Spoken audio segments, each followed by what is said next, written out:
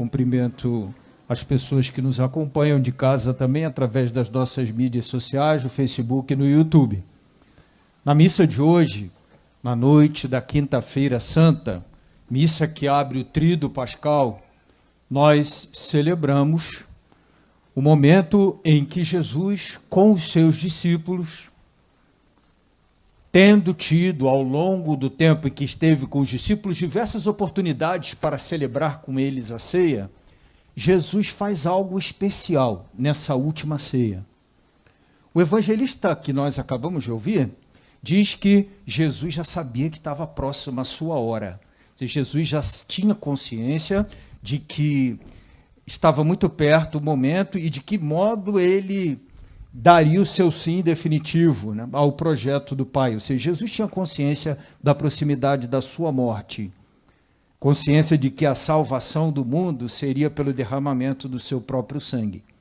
E ao celebrar aquela ceia com os discípulos, não é que Jesus tenha utilizado um ritual muito diferente daquele que era comum nas ceias judaicas, como, por exemplo, até sugere a primeira leitura, que fala do cordeiro, da maneira como se deve celebrar a Páscoa, segundo a Páscoa, a libertação do Egito, e a lembrança que anualmente era celebrada desta Páscoa, a libertação do Egito.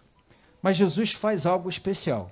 Além de partir o pão e distribuir o vinho, Jesus, ao partir o pão, disse: tomai e comei, isto é o meu corpo. Aí está a coisa nova. E depois, ao distribuir, servir o cálice e passar para os discípulos, ele diz: tomai e bebei, isto é o meu sangue. E Jesus vai um pouco mais além, porque até esse momento, o que Jesus está dizendo é que ele oferecia aquele pão, corpo dele, oferecia aquele vinho, sangue dele.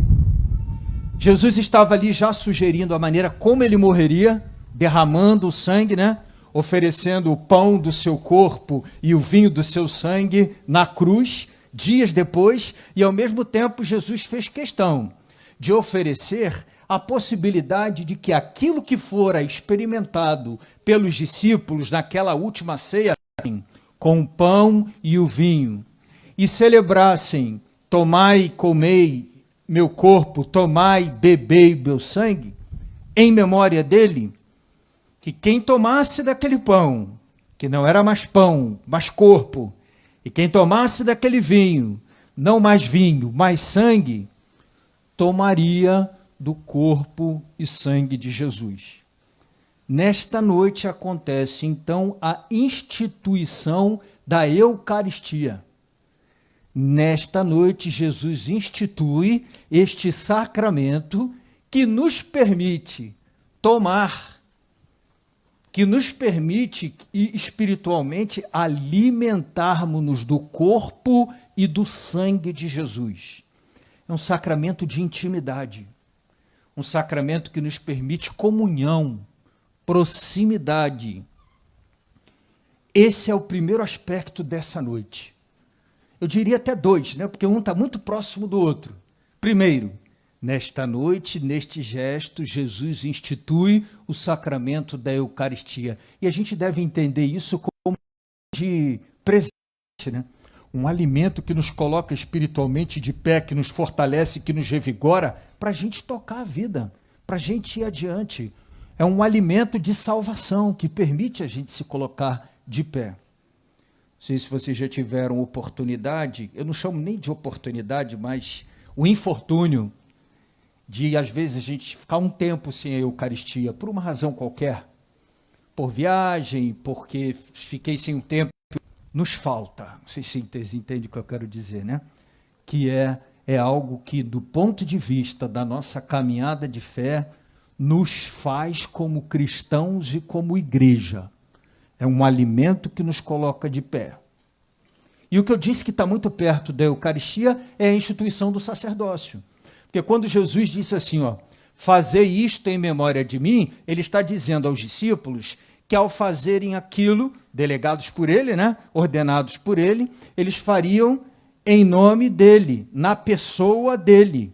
Então, de alguma forma também, nesta noite, Com esta palavra, na última ceia, Jesus institui o sacramento da Eucaristia e também o sacramento da ordem, o sacerdócio.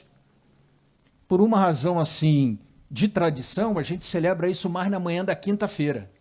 Toda quinta-feira de manhã, lá na catedral, o bispo celebra, os sacerdotes todos ali em volta fazem a renovação das promessas do seu sacerdócio, tarará, tarará. Lembrando, então, separando um pouquinho, né?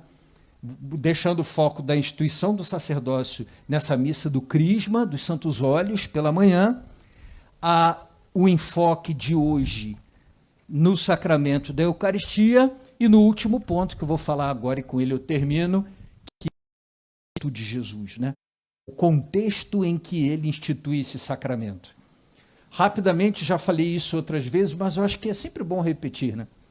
Os judeus, um judeu que tinha uma condição financeira muito boa, em geral, eles tinham escravos em casa. Quando uma família de judeus abastados, de uma condição boa, que tinha escravos, recebia uma visita, recebia um hóspede, que às vezes vinha caminhando longos trechos de boas-vindas. Era uma maneira da gente receber bem, dizer que recebia muito bem quem estava chegando. Quem fazia isso, em geral, era o escravo da família, o servo da família. Mas a pessoa que recebia esse gesto entendia e agradecia ao dono da casa, e não àquele que propriamente, em nome dele, fazia o gesto. Quando Jesus, no Evangelho de hoje, naquele contexto em que ele institui a Eucaristia e o sacerdócio, pega uma toalha, pega uma bacia e começa a lavar os pés dos discípulos, não sei se vocês observaram que Pedro resistiu um pouquinho. Observaram no Evangelho? Pedro disse, não, o Senhor vai lavar meus pés? Como quem diz assim, né? É uma inversão de papéis. O Senhor é o maior e eu sou o menor. Isso passava pela cabeça de Pedro, né? Então, não é o Senhor que vai lavar os meus pés, seria eu a lavar os seus pés. E aí Jesus diz assim para Pedro, se eu não lavar os teus pés, você não poderá ter parte comigo. Aí Pedro, naquele estilo sanguíneo dele, não, então lava o corpo todo. Aí Jesus diz, não, basta os pés. Quer dizer, é mais o sentido do gesto, não é que ele tivesse com vontade de dar banho em todo mundo, ou que o pessoal precisasse de banho, mas é pelo sentido propriamente do gesto. O que estava ali era Jesus, o chefe, o líder daquela comunidade, se fez como escravo, o menor, lavando os pés dos discípulos. Interessante é como Jesus conclui essa cena, que Jesus diz assim, ó, eu lavei os pés de vocês, agora vocês devem lavar os pés uns dos outros. Com essa sugestão, Jesus está dizendo que o lava-pés deve ser um traço do estilo cristão de vida. Ou seja, que a humildade, que a prontidão para ajustar, acertar, não ferir, não magoar, pedir perdão, que essa prontidão, nosso lava-pés, marque a gente enquanto estilo de vida. É o que está sugerido por Jesus naquele gesto. Certamente Jesus prevendo, como em toda a comunidade, que ali entre eles também poderiam aparecer muitas diferenças e desentendimentos, como depois mais à frente, depois até a coisa aparece, o lava-pés significa, não permitam que entre vocês cresçam diferenças motivadas por ciúme, por orgulho, por rixas, por briga do tipo quem é o maior, quem é o menor, mas vamos lavar os pés uns dos outros. Essa é a sugestão, são os 3 pontos da reflexão de hoje. Eu penso que com esse gesto e com aquilo que ele faz na última ceia, Jesus já dá uma boa pista de onde essa história ia terminar. E essa história vai terminar onde tudo termina amanhã, na cruz.